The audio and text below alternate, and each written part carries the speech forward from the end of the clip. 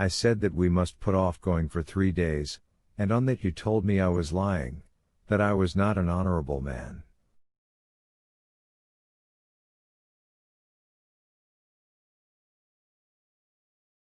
Yes, and I repeat that the man who reproaches me with having sacrificed everything for me, she said, recalling the words of a still earlier quarrel, that he's worse than a dishonorable man, he's a heartless man.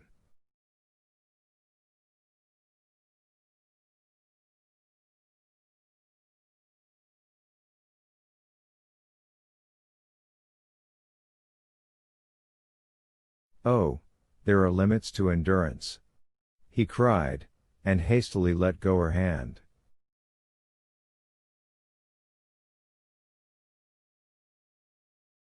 He hates me, that's clear, she thought, and in silence, without looking round, she walked with faltering steps out of the room.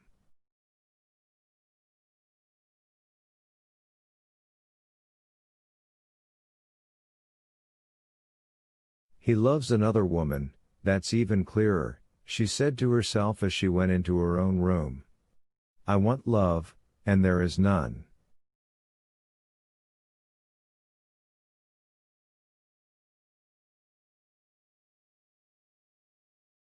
So, then, all is over. She repeated the words she had said, and it must be ended.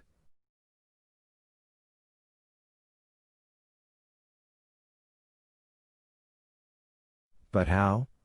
She asked herself, and she sat down in a low chair before the looking-glass.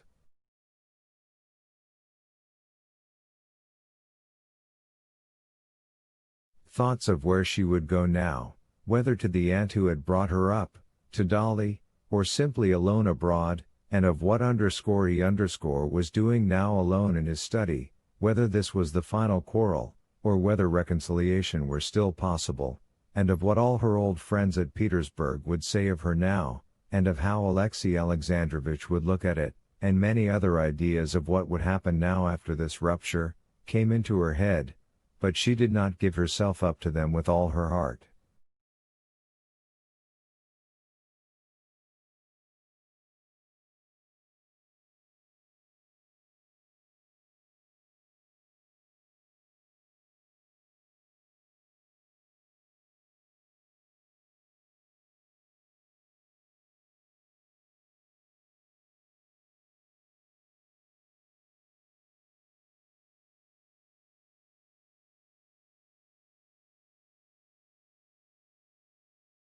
At the bottom of her heart was some obscure idea that alone interested her, but she could not get clear sight of it.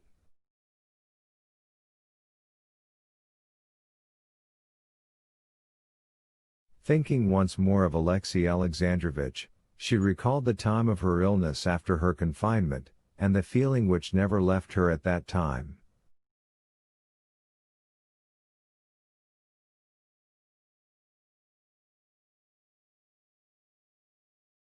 Why didn't I die?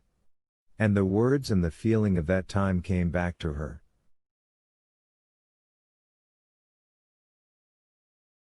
And all at once she knew what was in her soul.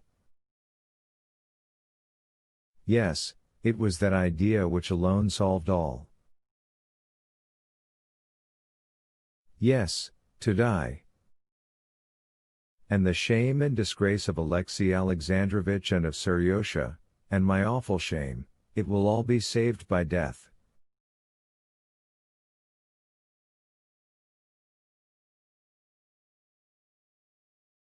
To die. And he will feel remorse, will be sorry, will love me, he will suffer on my account.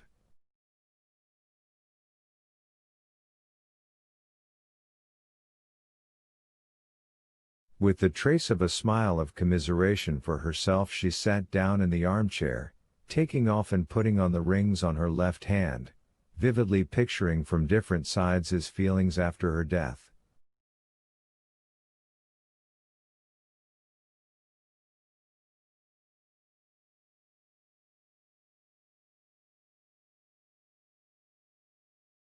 Approaching footsteps, his steps distracted her attention.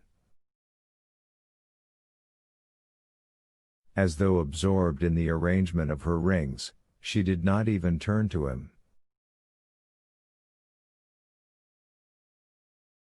He went up to her, and taking her by the hand, said softly,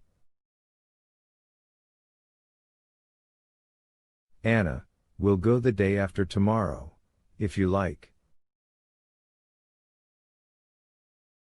"I agree to everything." She did not speak. "What is it?" he urged. "You know," she said, and at the same instant, unable to restrain herself any longer, she burst into sobs.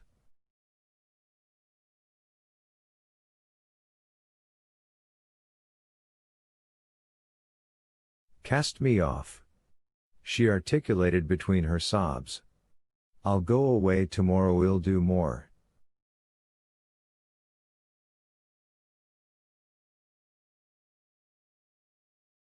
"What am I? An immoral woman? A stone round your neck. I don't want to make you wretched, I don't want to. I'll set you free. You don't love me, you love someone else." Vronsky besought her to be calm, and declared that there was no trace of foundation for her jealousy, that he had never ceased, and never would cease, to love her, that he loved her more than ever.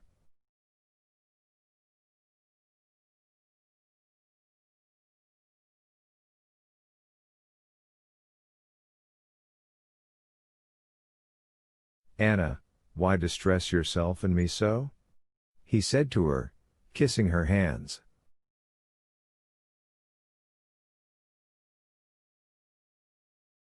There was tenderness now in his face, and she fancied she caught the sound of tears in his voice, and she felt them wet on her hand.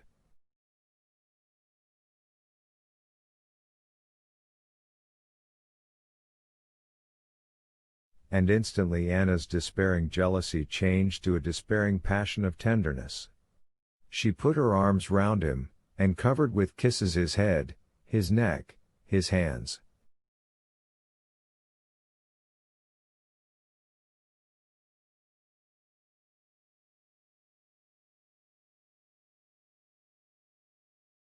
Chapter 25. Feeling that the reconciliation was complete, Anna set eagerly to work in the morning preparing for their departure.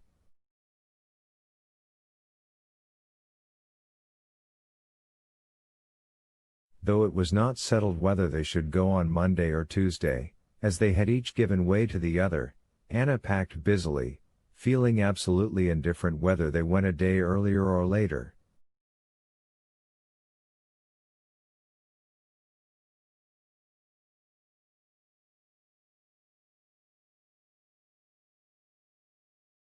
She was standing in her room over an open box, taking things out of it, when he came in to see her earlier than usual, dressed to go out.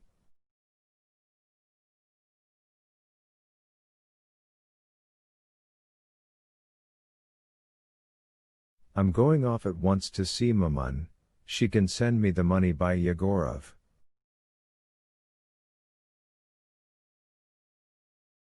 "And I shall be ready to go tomorrow," he said. Though she was in such a good mood, the thought of his visit to his mother's gave her a pang.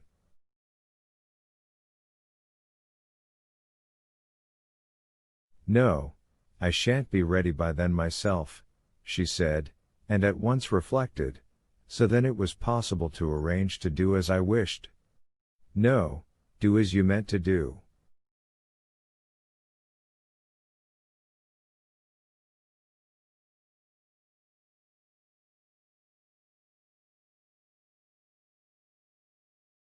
"Go into the dining room, I'm coming directly. It's only to turn out those things that aren't wanted," she said, putting something more on the heap of frippery that lay in Anushka's arms.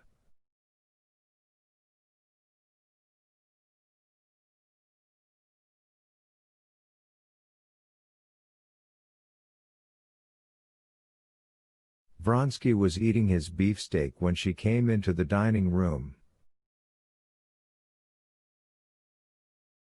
"You wouldn't believe how distasteful these rooms have become to me," she said, sitting down beside him to her coffee. "There's nothing more awful than these _chambre garnies_."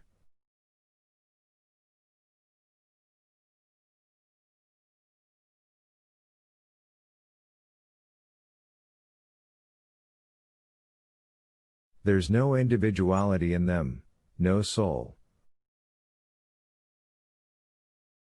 These clocks, and curtains, and, worst of all, the wallpapers, they're a nightmare.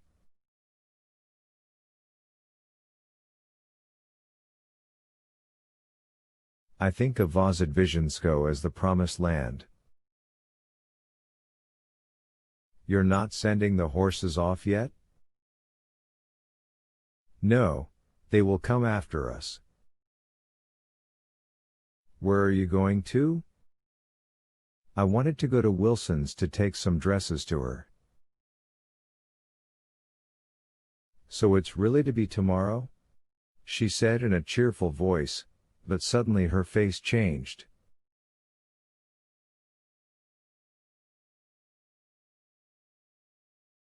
Vronsky's valet came in to ask him to sign a receipt for a telegram from Petersburg.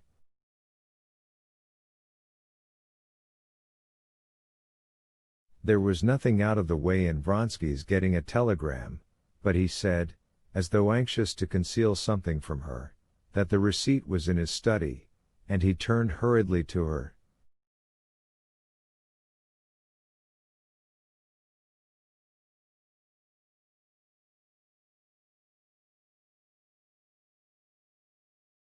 By tomorrow, without fail, I will finish it all.